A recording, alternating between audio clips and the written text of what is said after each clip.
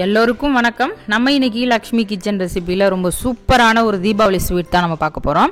தீபாவளி ஸ்வீட்னா நம்ம தீபாவளிக்கு ஸ்பெஷலாக செய்கிறது ரவா லட்டு. இப்போ அந்த ரவா லட்டு நம்ம ஒரு மாதம் ஆனாலும் கெட்டு போகாமல் அப்படியே நம்ம எப்படி வச்சு சாப்பிட்றது அப்படிங்கிறத நம்ம இந்த வீடியோவில் பார்க்க போகிறோம்.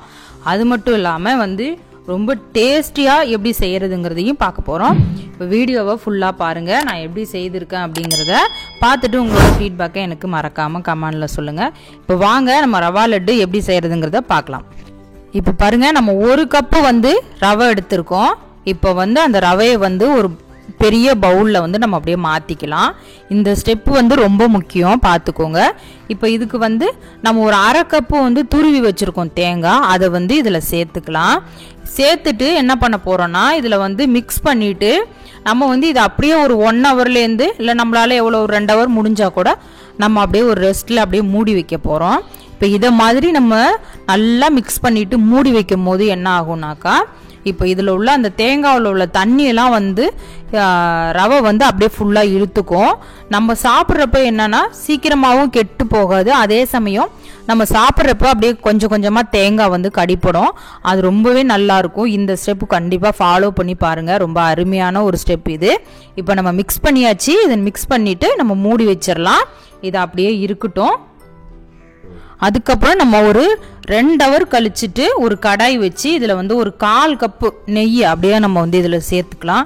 சேர்த்துட்டு இந்த நெய் நல்லா சூடானதுக்கப்புறம் நம்மகிட்ட இருக்கிற நட்ஸ் எது வேணாலும் சேர்த்துக்கலாம். நான் முந்திரி கொஞ்சமாக சேர்த்துருக்கேன். சேர்த்துட்டு நல்லா இதோட கலர் நல்லா மாறி வர வரைக்கும் நம்ம ஃப்ரை பண்ணிவிட்டு அதையும் அதை அப்படியே எடுத்துக்கலாம். இப்போ இது கூட நான் இன்னும் கொஞ்சம் நட்ஸ் எடுத்து வச்சுருக்கேன். இப்போ இதுக்கப்புறம் அந்த நட்ஸையும் நம்ம ஃப்ரை பண்ணி எடுத்துக்கலாம். உங்களுக்கு தேவைதான்.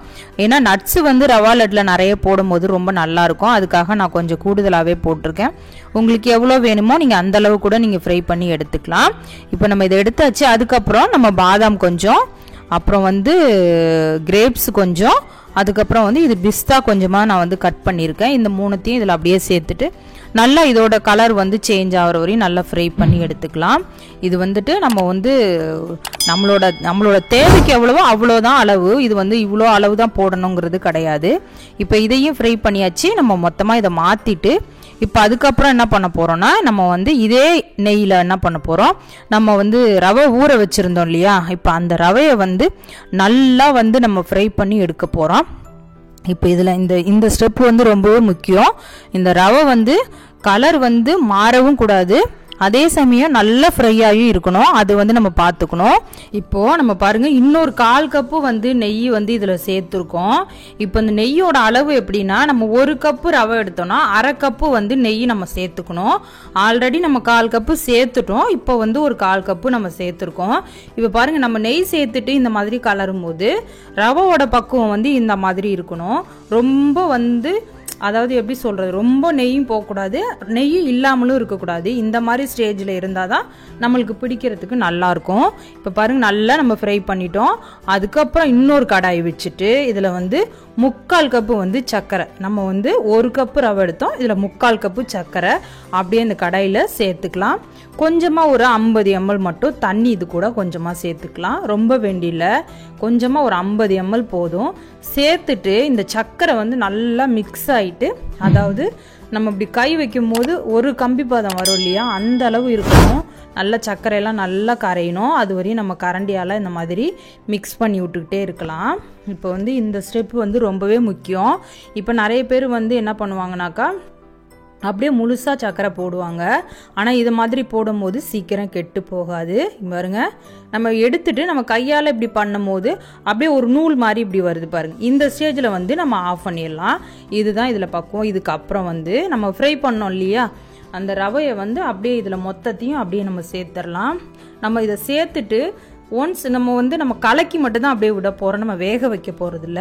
இப்போ அதுக்கப்புறம் நம்ம ஃப்ரை பண்ணி எடுத்து வச்சுருக்கோம் இல்லையா நட்ஸ் எல்லாம், அப்போ அதையும் இது கூட மொத்தமாக சேர்க்கணும். இப்போ நம்ம இதுக்கு தேவையான அளவுக்கு கொஞ்சமாக ஏலக்காய் பொடி நம்ம இதில் சேர்த்துக்கலாம். அதுக்கப்புறம் நம்ம எடுத்து வச்சுருக்க அந்த முந்திரி பாதாம்லாம் வறுத்தோம் இல்லையா, அதையும் அது அப்படியே சேர்த்துக்கலாம். சேர்த்துட்டு என்ன பண்ண போகிறோன்னா, நல்லா இந்த மாதிரி கிளறி விட்டுட்டு நம்ம அடுப்பை ஆஃப் பண்ணி விட்டுறலாம். நம்ம ரொம்ப நேரம் வேக வைக்க வேண்டியில்லை, தேவையில்ல.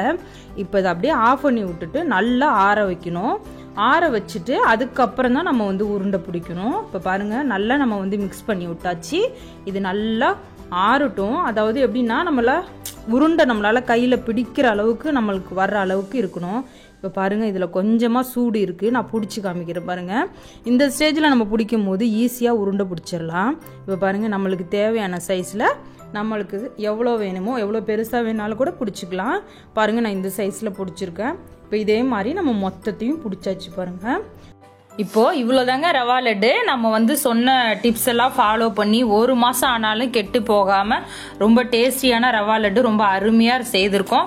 இதேமாரி மெத்தடில் நீங்களும் வீட்டில் செய்து பார்த்துட்டு உங்களோட ஃபீட்பேக்கை எனக்கு மறக்காமல் கமெண்டில் சொல்லுங்கள். என்னோட வீடியோ பிடிச்சிருந்தா லைக் பண்ணுங்கள், ரொம்ப பிடிச்சிருந்தா சப்ஸ்கிரைப் பண்ணுங்கள், பக்கத்தில் உள்ள பெல் பட்டனை கிளிக் பண்ணுங்கள். அப்போ தான் நாங்கள் போடுற வீடியோ உங்களுக்கு உடனே நோட்டிஃபிகேஷனாக வரும். வீடியோவை மறக்காமல் உங்களோட ஃப்ரெண்ட்ஸ் ரிலேட்டிவ்க்கெலாம் ஷேர் பண்ணி விட்டுருங்க. தேங்க்யூ ஃபார் வாட்சிங். உங்கள் லக்ஷ்மி. நன்றி, வணக்கம்.